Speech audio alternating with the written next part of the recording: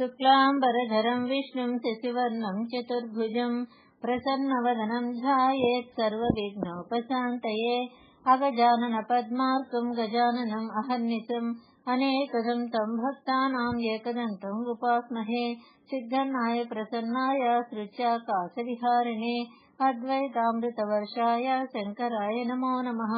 లక్ష్మీం క్షీరసముద్రరాజతనయాం శ్రీరంగధామేశ్వరీం దాసీభూత సమస్తదేవవనితాం లోకైకదీపాంకురాం శ్రీమన్మందకటాక్షలబ్ధ విభవద్బ్రహ్మేంద్ర గంగాధరాం త్వాం త్రైలోక్యకుటుంబినీం సరసిజాం వందే ముకుంద ప్రియాం సదాశివసమారంభాం శంకరాచార్యమధ్యమాం అస్మదాచార్యపర్యంతాం వందే గురుపరంపరాం. శ్రీమాత్రే నమః. శ్రీ గురుభ్యో నమః. హరి ఓం. కమలే కమలాక్షవల్లభే త్వం కరుణాపూరతరంగితై అపాంగై అవలోకయ మామకించ నానాం ప్రథమం పాత్రం కృత్రిమందయాయాః.